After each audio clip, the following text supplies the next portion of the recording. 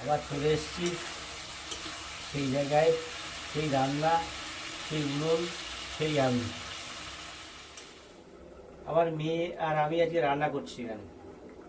ওর মা তো বাড়ি নেই, গেছে ওর মার মামা বাড়ি। কদিন আগে দিদিমা মারা গেছে, তাই একটু কাজ ওখানে গেছে, বিকালে চলে আসবে। সকালে দুটো ডাল ভাত রান্না করে গেছিল, ডাল ভাত সে দুটো খেয়ে গেছে, আর দুটো আমরাও খেয়েছি। আর রবিবারের দুপুর ফ্রিজে একটু চিকেন ছিল, আর আমার মেয়ের চিকেন খুব প্রিয়, মানে খুব পছন্দ করে খায় আর কি। তা চিকেনটা রান্না করছি দুজন মিলে এখানে বসে বসে।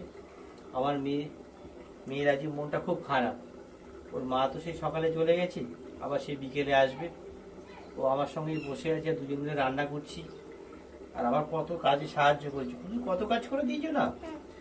অনেক কাজ করে দিয়েছি, হাতে হাতে এটা সেটা এনে দিয়েছি, ছুটে ছুটে গিয়ে দুজন মিলে রান্না করছি। রান্না প্রায় হয়ে এসেছে, আমরা দুজন একটু পরে খেতে বসবো, দুজন মিলে খাবো।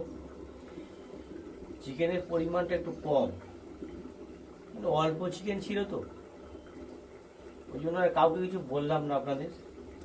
আপনারা বাড়ি রান্না বান্না করে খান, আমাদের পরিমাণটা কম বলে আর বললাম না। আর কাঠের জালে আমার সবসময় একটু রান্না করতে ভালো লাগে, আর এই উনুনটা খুব সুন্দর জল, রান্না করতে মজাও লাগে। আর আমাদের ওই পিছনে দেখা যাচ্ছে ওখানে প্রচুর জ্বালানি। ও যা জ্বালানি আছে তা এখনো 2-3 মাস এইভাবে রান্না করলেও 2-3 মাসেও শেষ করতে পারবো না, প্রচুর জ্বালানি আছে। তো প্রতিদিন রান্না করা হয় না, এই ছুটির দিনে রান্না করি।